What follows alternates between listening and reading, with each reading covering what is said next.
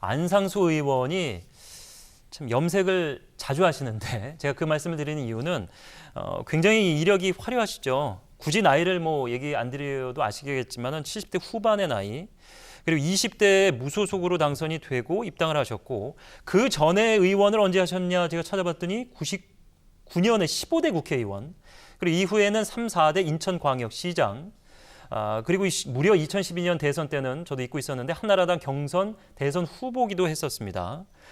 자, 그런데 여기에 과연 배준영 인천경제연구원 이사장, 20대 때 이제 새누리당 공천을 받고 무소속 안상수 의원과 맞붙어서 낙선을 했기 때문에 이번에는 과연 이 두 인물 중에 누가 공천을 받을 것인지 혹은 경선을 치르게 될 것인지. 자, 19대 재보궐선거를 통해서 안상수 의원이 다시 의원직을 찾았었고, 당시에는 새누리당 때 54.1로 재보궐에 성공을 했습니다만 20대 총선에 무소속 때는 30% 정도밖에 되지 않았었거든요. 그렇기 때문에 과연 누구를 경쟁력으로 볼 것이냐. 70대 후반에 인적 쇄신의 압박에 시달리고 있는 한국당이 과연 누구를 선택할 수 있을 것인가. 어떻게 보세요? 사실 예. 뭐 인적 쇄신이나 뭐 중진들에 대한 용태 논란이 있으면 내부 경선에서 배준영 이사장이 유리한 것 아니냐는 관측도 나올 수 있는데요. 무소속으로 나와서 한국당이나 더불어민주당 후보를 꺾고 당선된다는 건 그 지역의 뿌리 깊은 기반이 정말 우리가 상상하는 것 이상이라는 뜻입니다. 예. 비슷하게 떠오르는 게 부산의 장제원 의원 같은 경우도 무소속으로 나와서 당선이 됐잖아요.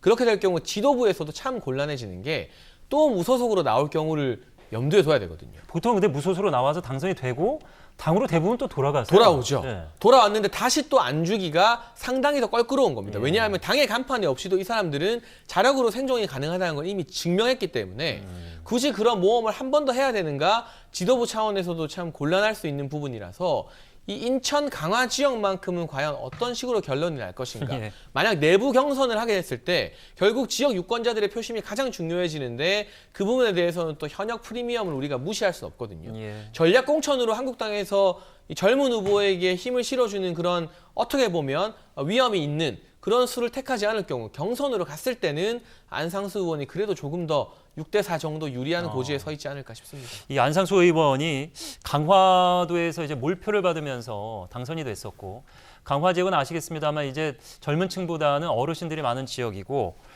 많이 이제 유권자들이 물갈이가 되고 본인이나 유권자들 모두 이제 노쇠화됐기 때문에 판단을 내리기가 쉽지 않겠어요, 한국당 입장에서. 그렇죠. 그리고 이제 그래서 이 두 분 예를 들어서 지금 배준영 당시 후보였고요. 예. 그다음에 이제 안상수 의원은 이제 무소속이었잖아요. 그렇습니다. 그때도 당의 결정에 불복해서 본인이 또 나온 거고 그래서 예. 표가 분산이 됐는데 이것과 함께 이것도 이제 결국은 이 두 분이 그러면 다시 출마를 하면 경선에서 누군가에게 결정이 되더라도 불복해서 나올 가능성은 저는 충분히 있다고 봐요. 그것도 변수가 될 수 있고, 또 하나는 이제 중구 같은 경우에 영종 국제도시가 생기면서 젊은 층들이 많이 유입이 됐거든요. 예. 그러니까 웅진 얘기하셨는데 그쪽은 이제 보수적인 성향이 강하다고 하면 이제 영종 국제도시가 생기면 젊은이들이 많이 유입이 돼서 거기서도 변수가 생길 수 있는 상황이 있을 수 있다. 그래서 만약 이 두 분이 다시 또 출마를 하거나 아니면 경선을 해서 뭐 경선에 그냥 받아들여서 한 사람이 나가는 건 문제가 없겠지만 만약 이 두 분이 같이 또 나오게 되는 경우가 있을 수 있고, 그건 첫 번째 시나리오. 두 번째는 영종국제도시처럼 새로운